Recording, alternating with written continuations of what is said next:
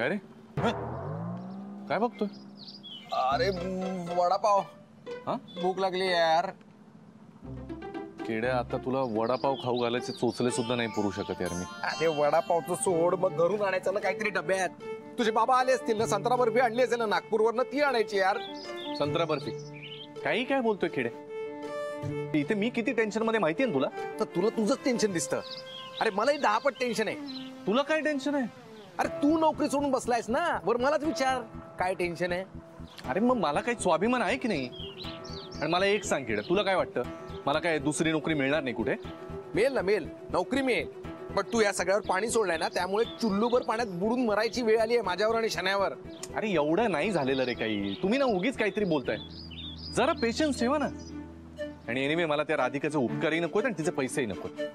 चांगलंय, तू तुझ्या मर्जीने वाग. मग पेशन्स काय, घरातलं धान्यही संपेल, मग काहीच उरणार नाही ना खायला. मग असं हवा खाऊन जगावं लागेल आपल्याला.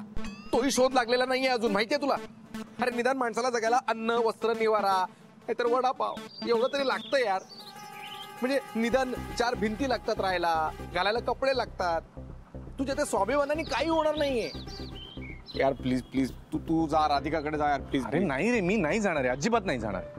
झालं मग काय, मग आपण रस्त्यावर येणार आणि असे हात पसरून भीक मागायची वेळ येणार. दे रे बाबा, दे रे बाबा. काय फालतूपणा लावलाय तू? सकाळी सकाळी मी काहीतरी बोलायला येतो तुझ्याकडे आणि तुझं काय फालतू गाणी, कसली रडगाणी गातोस ही? ओके, मग मी आता सिरियसली सांगतोय, अगदी सिरियसली. तुला खरंच नकोय का पैसे? हा, काय करणार काय तू? आणि तुला काय वाटतं, तुझ्याकडे पैसे नसतील तर ती शनायाची आई तुला भेटू देणार आहे शनायाला? हा, काय करशील, कुठे जाशील? आणि मला एक सांग, राधिकाला डिवोर्स दिल्यानंतर तुझ्याकडे असणार काय आहे, काय खाणार आहे, कुठे राहणार आहे, कसला विचार केलाय का तू? पैसा नको, पैसा नको. अरे कुणाला नको असतात या फुकटचे पैसे, तेही आपल्याच बापाचे. हा,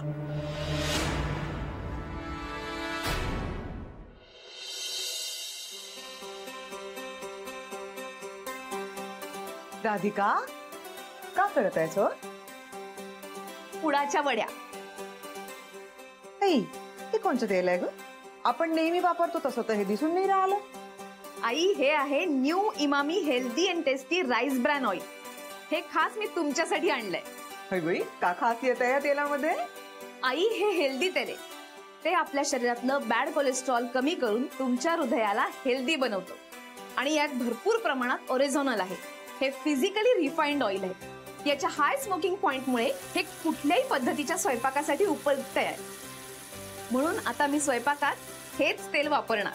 अरे वा, म्हणजे ज्यांचं कोलेस्टेरॉल हाय आहे ते देखील या तेलामध्ये तळलेले पदार्थ खाऊ शकतात का? आता मन मारून जगण्यापेक्षा राईस ब्रॅन ऑइल वापरा आणि मनसोक्त खा.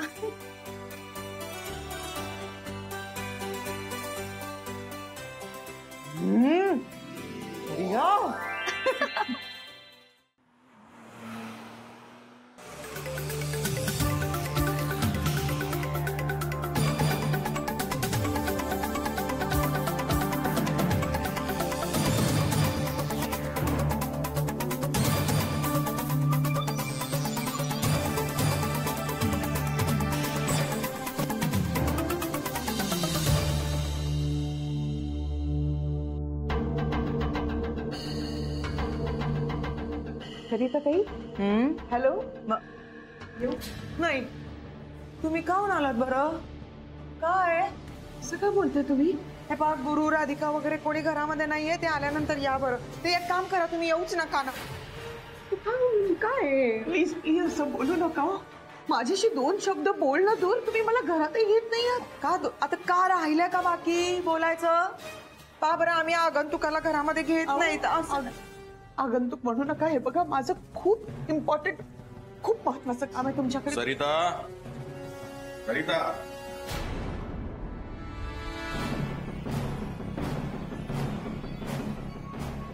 हो या.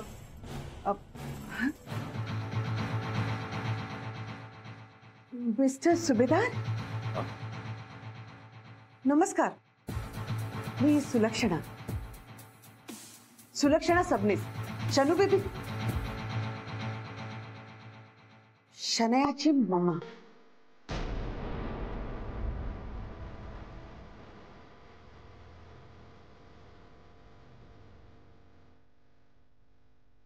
इथे कशाला आला?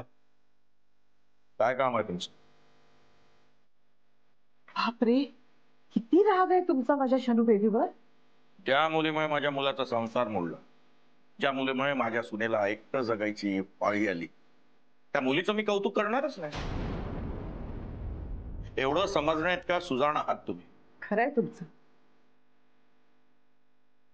सगळा दोष माझ्या शनू बेबीवरच येऊन पडलाय. पण मिस्टर सुभेदार, मला एक सांगा, टाळी एकाच हाताने वाजते का हो? बोलण्यामध्ये फार हुशार आहात तुम्ही. ठेव, परिस्थितीने तोंड उघडायला शिकवलंय इतकंच. बाय द वे, छान वाटलं तुम्हाला भेटून. म्हणजे शनू बेबी तुमच्याबद्दल खूप सांगते. आज प्रत्यक्ष भेटीचा योग आला.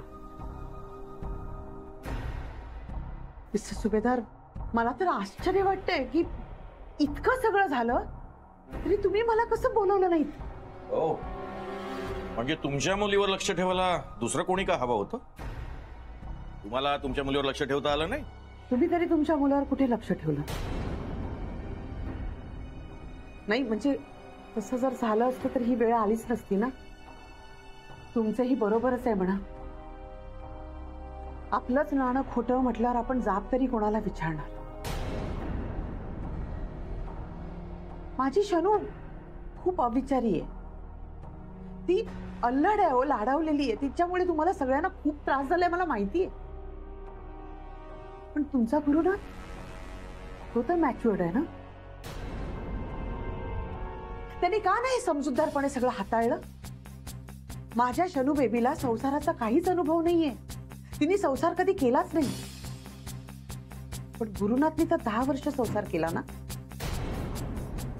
सगळा दोष जर माझ्या शनू बेबीलाच दिला तर तिची बाजू तरी कोण समजून घेणार? तुम्ही स्वतःच्या मुलीची बाजू जर मांडत असाल तर मला ऐकण्यास स्वारस्य नाहीये. नाही नाही, मी तिची बाजू मांडायला आलेच नाहीये. ऍक्च्युली मला हे सगळं आधी कळलं ना, तेव्हाच तिला 2 फटके द्यायला हवे होते. तेव्हाच तिला शिस्त लावायला हवी होती. आता हे बोलून काय उपयोग? बऱ्याच उशिरा जाग आली तुम्हाला. आतापर्यंत बरंच पाणी पुलाखालून वाहून गेलंय. माझ्या तर मुलीचं आयुष्यच वाहून गेलंय हो. अहो, काहून बरं हे सगळं उगाळता तुम्ही आईच्या समोर? आता निघा. सरिता, बोलू दे त्यांना, बोलू दे. काय मनात आहे त्यांच्या ते कळायला हवं ना. थँक्यू, थँक्यू मिस्टर सुभेदार. तुम्हीच, फक्त तुम्हीच समजूतदार आहात या घरात. काल म्हणजे तुम्हाला हेतू कळलाय ना माझा इथे येण्याचा? अजूनही हेतू उरलाच आहे का?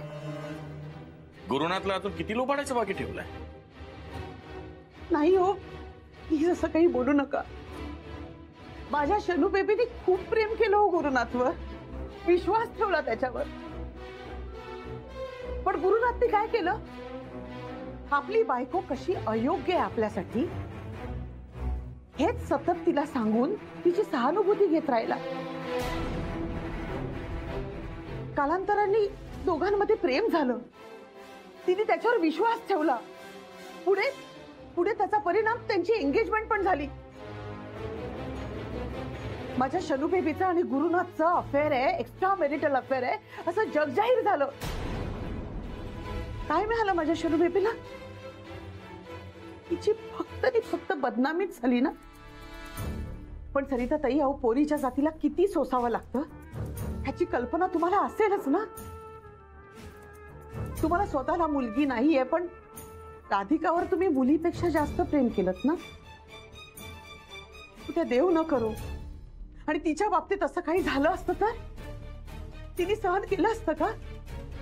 प्लीज एकदा, फक्त एकदा माझ्या शनूच्या जागी तुमच्या राधिकाला ठेवून बघा.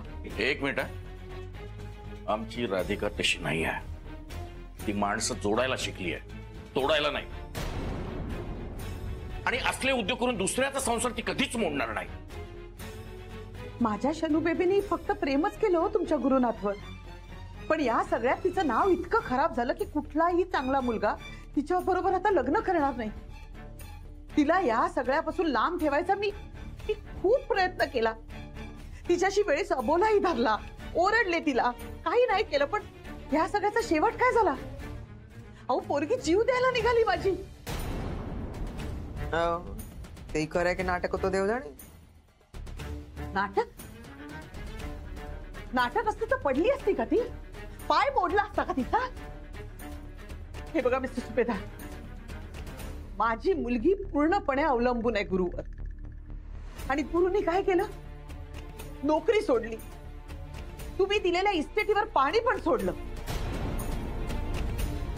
अच्छा, म्हणजे हेही कळलं तुम्हाला?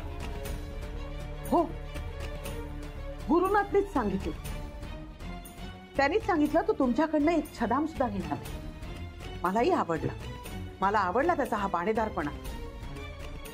स्वबळावर म्हटलं मुलगा काहीतरी करतोय. तुम्हीच सांगा, या बाणेदारपणाने घरात निदान डाळ तांदूळ तरी येतील का हो?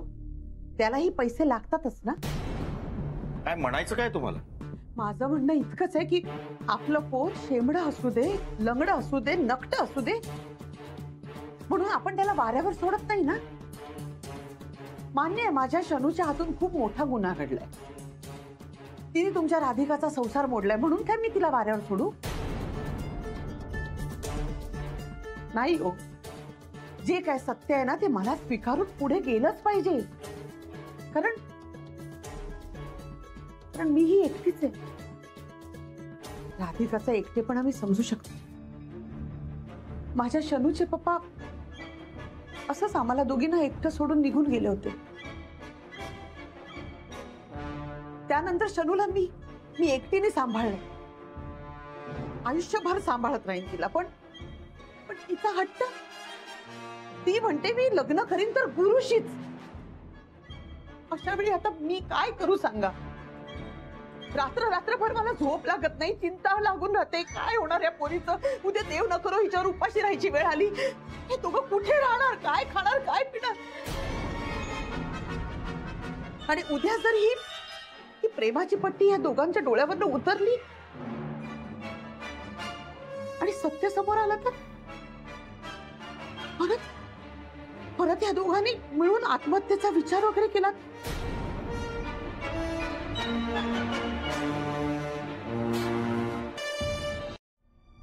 एक आई म्हणून मी विनंती करते, हे बघा, तुमचा गुरुवर राग असलाच पाहिजे, नाही मान्य आहे, तो असणारच. पण एक पालक म्हणून आपलं काहीतरी कर्तव्य आहेच ना. मी पण माझ्या परीने माझ्या शनू बेबीच्या नावावर माझे 2-4 दागिने आणि थोडेफार माझ्याकडे जे काही पैशाचे टोलेत. उद्या तिने असा बोल नको लावायला की आपल्या आईने आपल्यासाठी काहीच केलं नाही. इतकंच सांगते तुम्हाला की जमलं तर गुरुला माफ करा, त्याच्यासोबत बोला.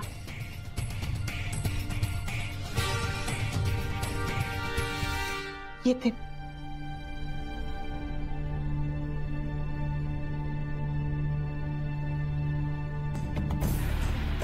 शाबास सुलक्षणा, घाव वर्मी लागलाय.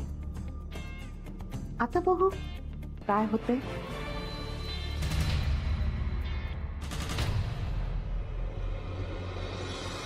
पहा कशी नौटंकी बाई आहे ही. का नाटक करून गेली हो? ओ हिचीच फूस आहे त्या लेकीला. ती लेक गुरुला बोलते, पण गुरु नसते त्या तालावर. काही पैसे बिसे द्यायची गरज नाही बर गुरुला, काही नाही. नाटकात सगळी यायची. सरिता, मला माहिती आहे, त वरून ताकभात ओळखणारा माणूस आहे मी. नाटक करत होती हे कळलं मला. आणि उगाच गळा काढून नाही गेली ती, तर जाता जाता पैसेही मागून गेली. का कोणास ठाऊक, पण नकळत तिचा एक मुद्दा मला पटला. मूल कसंही असलं तरी आईबाप त्याच्याकडे दुर्लक्ष करूच शकत नाही, जबाबदारी झटकूच शकत नाही. आणि आता मला एका बापाचं कर्तव्य पार पाडावं लागेल. तरी तर आता वेळ आली आहे, मला निर्णय घ्यावा लागेल.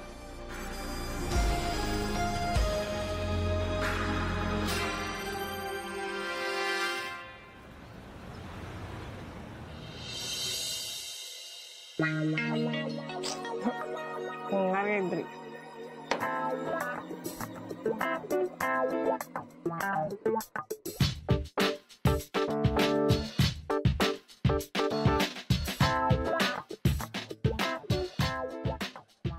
फोन बंद का येतोय यार. मला जाम बोर होत आहे. किड्या पण नाही एंटरटेन करायला. मम्मा पण कुठेतरी गेली आहे. मावशीला फोन करू का लंडनला? नको यार, खूप बिल येईल. मम्मा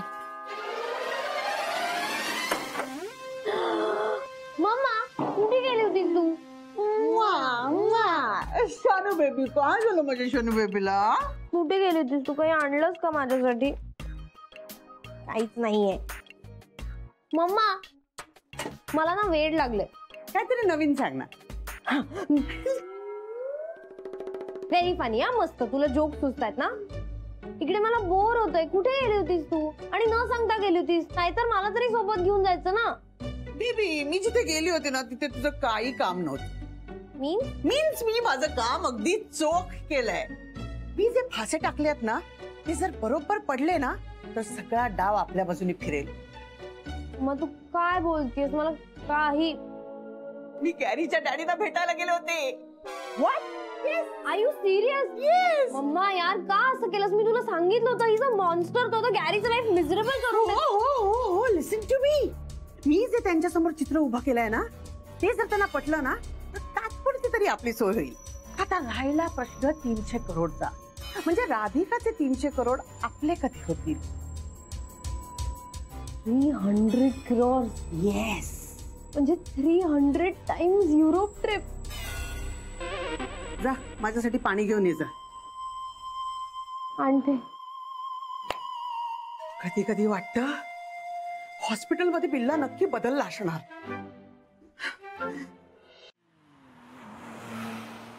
कर्णिक सर, तुमच्यासारख्या अनुभवी माणसाबरोबर आमच्या राधिका मसालेला काम करायला मिळणं हे आमचं भाग्यच आहे ना. हो हो, नाही, नेक्स्ट वीक मध्ये तुम्हाला भेटते. Yes, thanks again. जेनी, एक गुड न्यूज आहे. ते दिसतच आहे तुमच्या चेहऱ्यावर मॅम. काय आहे? मिस्टर कर्णिकांचा फोन होता. त्यांच्या कंपनीची पुढची ऑर्डर आपल्यालाच मिळतेय. ओ गॉड मॅम, कॉंग्रॅच्युलेशन्स मॅम. खूप जुनी आणि रेप्युटेड कंपनी आहे त्यांची. हो खरंय. असंच लोकांचं सहकार्य आणि आशीर्वाद राधिका मसालेला मिळाले तर राधिका मसाले कुठल्या कुठे जाईल. नवीन वर्षाच्या मुहूर्तावर एक चांगली बातमी कळली. Yes ma'am. तर आता ही बातमी सगळ्यांना दिली पाहिजे. आणि रघुला सांग की काहीतरी गोडधोड मागव म्हणून. सांगते मॅम. मॅम, खूप दिवसांनी तुम्हाला असं बघतीये. खूप हॅपी आणि एवढं एनर्जेटिक वाटतंय आज, पूर्वीसारख्या. हो, इतकी चांगली बातमी कळाली आहे ना आज. जेनी, मुख्य म्हणजे आज सकाळी बाबा आलेत नागपूरहून. हो का? ते नागपूरला गेले होते ना मॅम? हो. काय म्हणते नागपूर? नागपूर काय मस्त, पण बिचारे माझ्या काळजीने आलेत. ऑब्विसली. आईंनी फोन केला होता, लगेच हातातली कामं टाकली आणि आली. जेनी, बाबा आलेत ना, खरंच धीर आला मला. नाही तर एरवी ऑफिस मध्ये येते तेव्हा घरी आई कशा असतील अशी काळजी लागून राहते. आता बाबा आलेत तर जरा रिलॅक्स वाटतंय. मॅम, बोलले का ते गुरु सरांची काही? बाबा काही बोलणार नाही त्यांच्याशी. आता यांच्याकडनं काही अपेक्षा नाहीत बाबांना. पण मॅम, मग काय ठरवलं गुरु सरांनी? पुढे काय करणार आहेत? काही कळत नाहीये.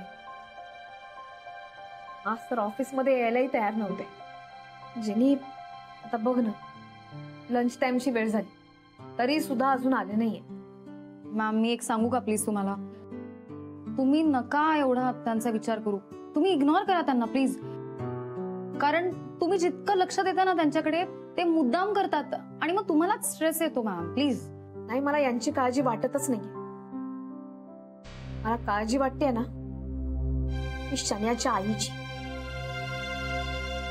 हे सगळं कळल्यानंतर ती बाई काही ना काहीतरी कारस्थान करत राहणारच. शांत बसणाऱ्यातली बाई नाही ती.